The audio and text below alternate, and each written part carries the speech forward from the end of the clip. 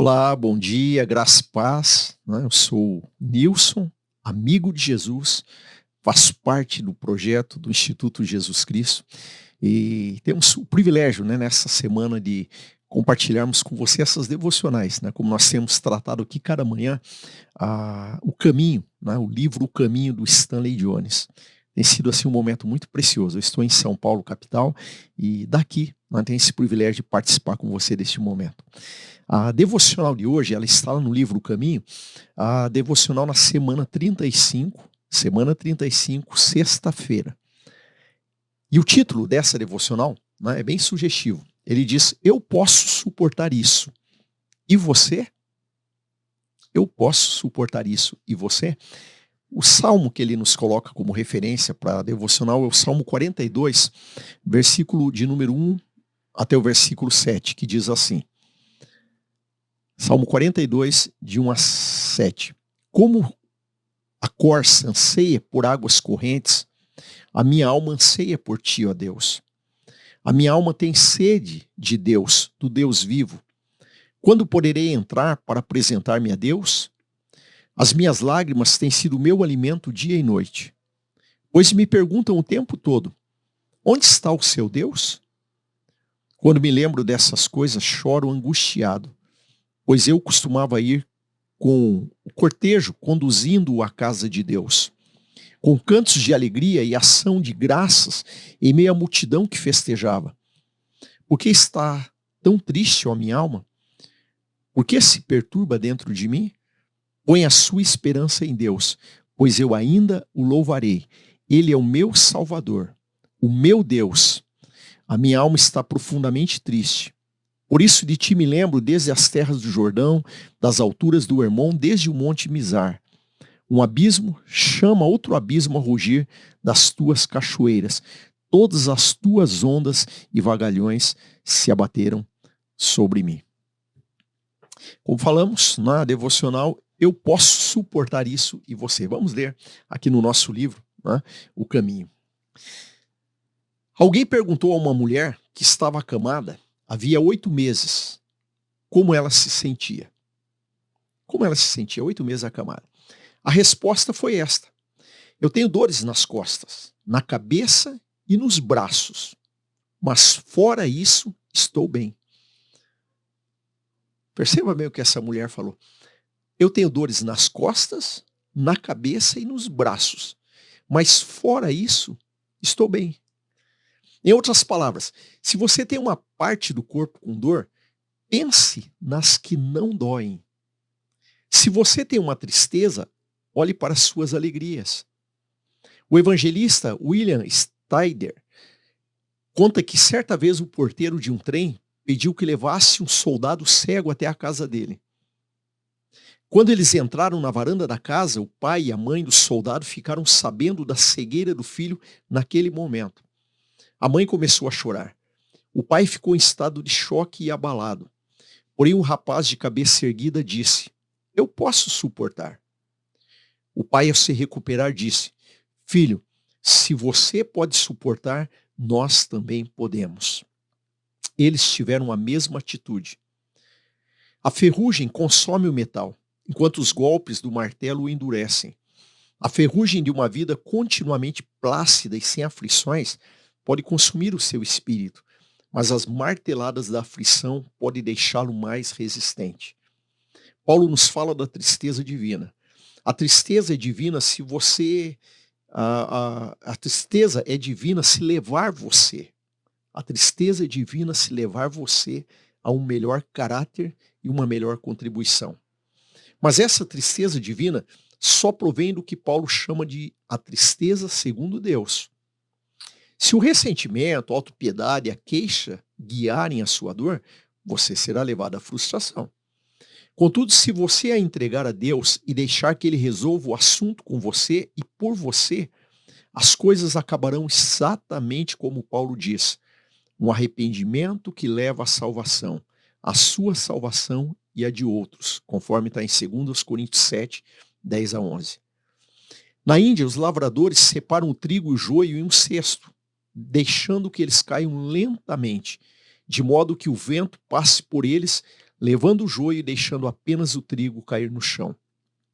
Os ventos da tristeza e da aflição sopram em seu espírito, mas nada fazem senão separar o joio do trigo. Você se torna uma alma peneirada, filtrada de tudo que não tem valor. Os brasileiros têm um ditado: Deus escreve certo por linhas tortas. As linhas de sua vida podem ser tortas, podem não fazer sentido, mas Deus pode escrever certo, pode tirar o bem de acontecimentos tortos. Os eventos externos da vida de Jesus foram tortos, mas Deus escreveu neles a redenção. A oração: ó Deus, entrego-te as linhas tortas da minha vida. Elas não fazem sentido. Entretanto, sei que podes escrever certo, mesmo por linhas tortas. Então elas estão à tua disposição. Tirarás tudo que é bom de tudo que é mal. Pronto. Amém. E aí a afirmação do dia: somente Ele é a rocha que me salva. Ele é a minha torre segura. Jamais serei abalado. Salmo 62, versículo 2.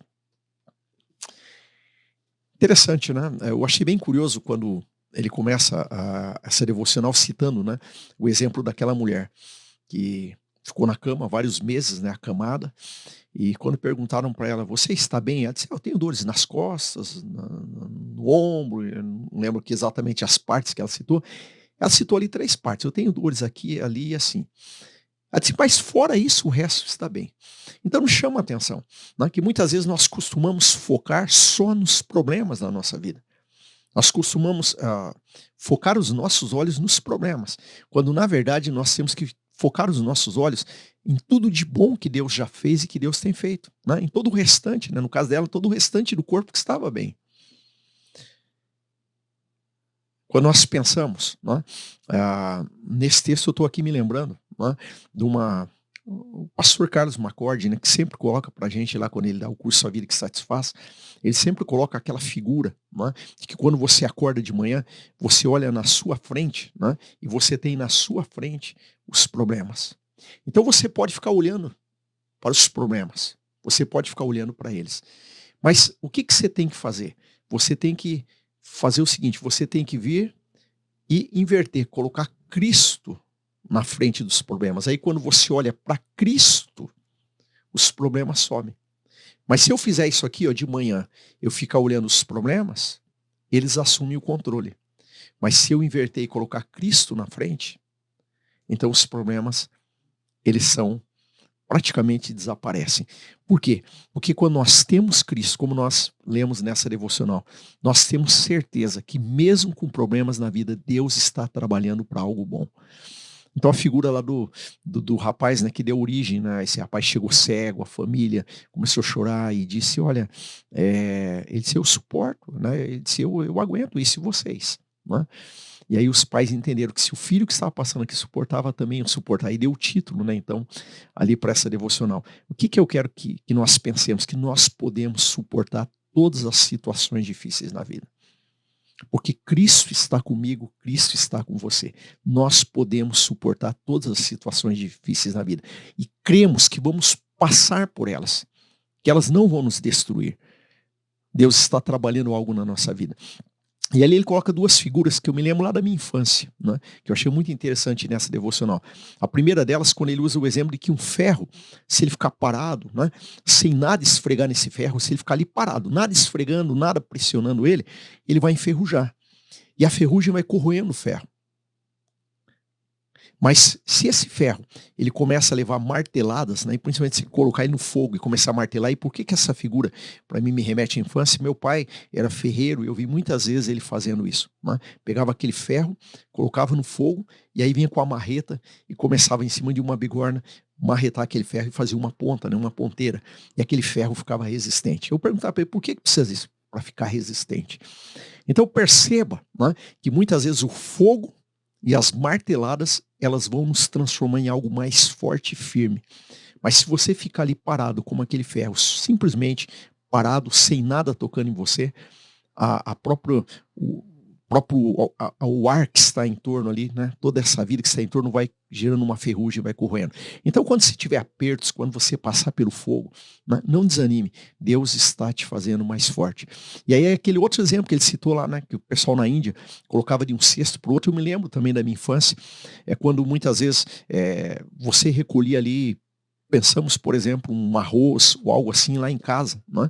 E aí tinha aquilo que nós chamamos de peneira, mas tinha um outro que parecia peneira, mas chama pá, né? Qual que é a diferença do pá e da peneira? A peneira, ela tem os furos, então quando você coloca alguma coisa, passa aquilo que é mais fino e mantém os grãos na peneira, mas a pá ela era fechada, não tinha aqueles buraquinhos, né, que a peneira tinha. E o que, que normalmente você fazia com a pá? Quando você descascava, por exemplo, um arroz, aí você pegava e jogava para o alto, né? Aqui, ó, como eu estou fazendo com a minha mão, você chacoalhava assim, então subia, né, aqueles grãos de arroz e a palha. Aí você assoprava. Quando você assoprava, a palha saía fora da pá e caía somente os grãos. Então você ia fazendo esse processo e assoprava, a palha saía voando e caía na pá, né? Ou naquilo que alguns chamam de peneira, caía ali somente os grãos.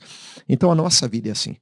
Muitas vezes Deus está fazendo isso com a gente, né? Para tirar a palha, para tirar de nós aquilo que não é bom.